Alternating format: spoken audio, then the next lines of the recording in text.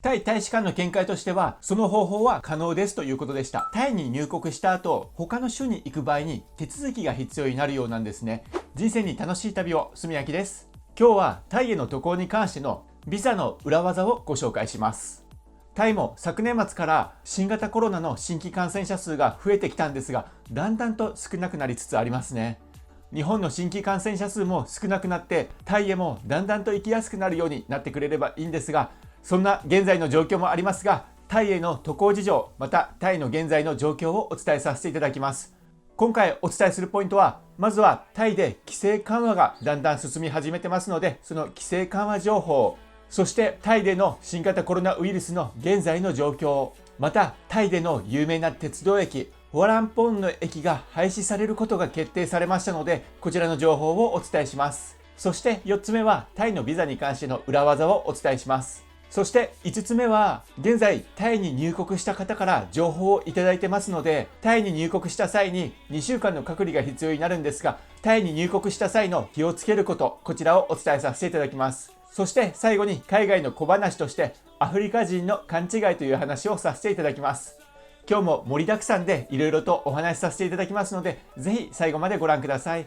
このチャンネルでは海外の面白い話とか旅の話やおすすめスポット、そして出入国情報、最新情報をいろいろとお伝えしています。どんどん変化していく海外渡航事情、最新情報を追っていきますので、ぜひチャンネル登録してみてください。あと780日かけて地球を一周した旅の電子書籍を出版しています。出会いや別れ、感動、物乞い、警察に連行、都合の悪いところを隠している旅の本とは違い、世界で体験したことをそのままに書いています。こちらもしよければ読んで楽しんでいただければ幸いです。それではまずは規制緩和情報、バンコク州法から1月24日の記事になります。新型コロナの感染リスクがとても高いとされて厳しい制限が取られているタイの東部にある8つの県に関して、新規感染者数が順調に減少していて、制限をしている効果が伺えることから、間もなく制限が緩和される見通しであることが明らかにされました。これらの県はですね、現在最も感染リスクが大きいとされるレッドゾーンというものに指定されているそうなんですね。そこからリスクが1段階小さいオレンジゾーンに指定される予定ということです。それでは次も制限緩和の話題、こちらはプーケットからになります。1月25日、タイランドハイパーリンクスの記事です。タイでは2020年の末からバンコクとか周辺地域で新型コロナウイルスの陽性者が増加しました。そのためにプーケットではバンコクなどから到着した人たちに対して強制で14日間隔離をしなければならないというような、そういった制限を設けていたんですね。ただこの度1月24日にバンコクからプーケットに到着した人々に課せられているこの14日間の隔離が不要になりました。ただ到着してからの14日間に関しては自宅などで自分自身で健康状態を観察するように求めているということです。それでは次は鉄道の路線がストップするという話になります。こちらは1月25日、タイランドハイパーリンクスからになります。タイの国有鉄道は2021年1月24日に新型コロナウイルスを拡散する可能性のある移動を制限するために、1月26日より57の路線の運行を停止することを発表しました。運行を停止される路線は北部行きの13路線、東北部行きの18路線、南部行きの12路線、そして東部行きの14路線になります。しばらくの間コロナが沈静化するまでは電車での長距離移動が不便になるかと思われます。そして電車つながりになるんですが、バンコク中心部にあるホアランポン駅が100年間サービスを続けてきたわけなんですが、今年の11月をもって終了すると政府が発表したということです。ホアランポン駅は私も思い入れがある駅なので少し寂しいなというような、そういった気分になりますが、歴史的なバンコク駅、ホアランポン駅は1世紀のサービスの後、今年の後半に運行を停止すると鉄道当局者は発表しました。現在新しく建設されているバンスーグランドステーションという駅があるんですが、こちらが一般公開されるのが今年らしいんですね。そして一般公開されるとすぐにホアランポンは停止されるということです。政府発表ではおそらく11月にターミナルが閉鎖されるということです。この突然の発表は国民の多くの通勤者が移動などで混乱をしないようにということで早めに発表をされたということです。タイ国有鉄道のスポークスマンは現在このバンスグランドステーションの計画準備をしています。この駅は国の主要な交通ハブになるでしょうと話しているということです。ホアランポンは私も20数年前からよく利用していた駅になります。入って右側にあるフードコート、列車が来るのを待っている間、そこのフードコートで食事をしたりするのが好きだったんですが、このたくさんの人たちの思い出が詰まっているホアランポン駅は今年中に閉鎖されるということです。皆さんもホアランポン駅に思い出とかあったりしますでしょうか？もし思い出とかあったらコメント欄などに書いていただけると嬉しいです。それでは気分を取り直しまして、タイの現在の新型コロナウイルスの状況を見ていきたいと思います。こちらは11月25日、バンコクポストからの記事になります。政府は11月25日、新型コロナウイルスの見つかった新規感染者は187人であったと発表しました。この187人の新規感染者に関してなんですが、強制的な検査で見つかったのが116人、また自発的に病院や診療所を訪れて見つかったのが61人ということでした。また最近海外から入国した人の中で10人が見つかったということです。この新規感染者の中で一番多いのが、やはり初めにクラスターが発生したサムットサコンで、こちらが35件ということです。続いてバンコクが20件、サムットソンクラームで3件、サムットプラカンで2件、ラヨンで1件ということでした。そしてですね、タイは総力を挙げてサムットサコンの PCR 検査を実行していく予定らしいんですね。政府はですね、サムットサコンに関して毎日1万人もの人々がコロナのテストをされると予想されていると発表をしています。ですのでこれからはサムットサコンではこの強制的な検査を毎日1万人単位で行っていくために、見つかる新規感染者が増えることが予想されています。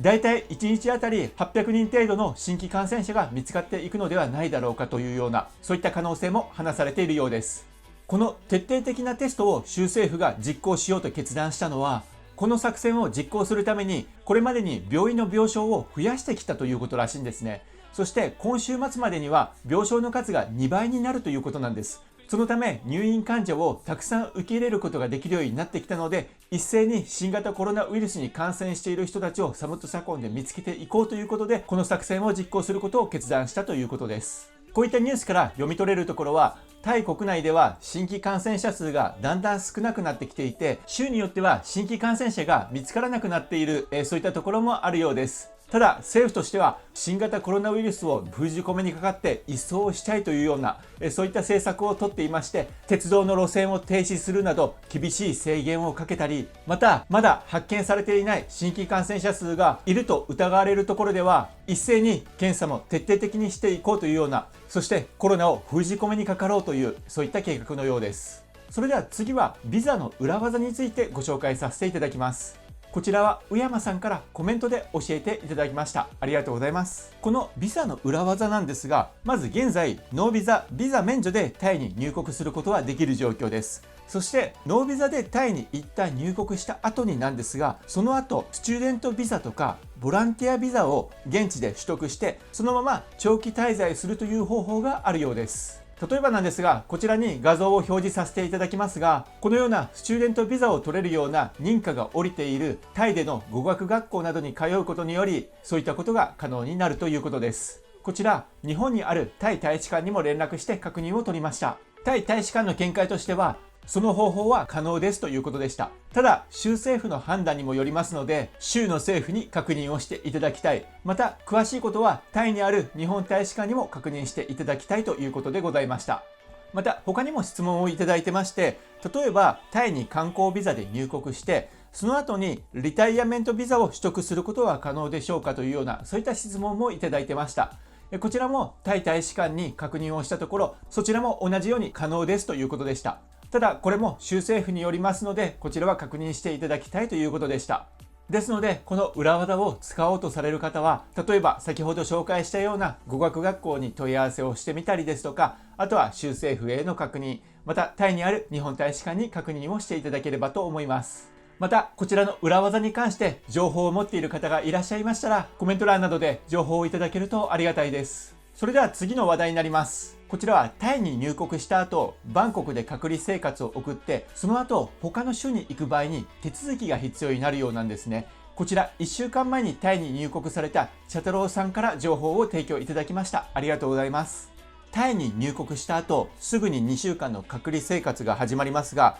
この隔離生活をした後にバンコク以外の都市に行く場合なんですが、必ず隔離生活を送っているホテルにその旨を伝えた方がいいということです。そうすることによってホテルから行き先と移動手段、また行った先の滞在先の住所やホテルの名前を求められます。それをホテルに知らせておくことによって隔離が終了するまでに書類を作成してくれているということなんですね。そしてその書類を持って別の州に移動できるということですので、これからタイに入国される方はこのことを忘れないようにしていただければと思います。それでは一つおまけの話をさせていただきます。こちらはアフリカ人の勘違いという話なんですが、私は結構アフリカ人の友達がいます。日本でもアフリカの友達がいるんですが、その中に日本人女性と結婚をしたアフリカ人の友達がいるんですね。私はたまにその人たちの家に遊びに行くことがあるんですが、ある時遊びに行くと奥さんがいませんでした。そしてそのアフリカ人の男性に奥さんはどこに行ったのと聞くと、女友達と一緒に近くの川に遊びに行ったって言うんですね。なので私はいつも一緒に遊んでたので、じゃあ俺たちも川に遊びに行くってアフリカ人に聞いたんですね。そしたらアフリカ人は困って顔をして、いや俺は行きたくないって言うんですね。そこでそのアフリカ人になんで行きたくないのって聞くと、返ってきた回答が、だって川で遊ぶっていうことはみんな真っ裸で遊んでるっていうことだろう。女性が真っ裸で遊んでいるようなところに俺たちが行けるわけがないって言ったんですね。海外では人々が川とか海で遊ぶ場合は裸で遊んでいると思い込んでいたようです。日本にはそんな習慣はない、そういった話をすると、それだったら俺たちも川に遊びに行っても大丈夫だなと言ってました。なかなかアフリカも日本も海外も文化の違いがあるといろいろな勘違いがあったりするもんですね。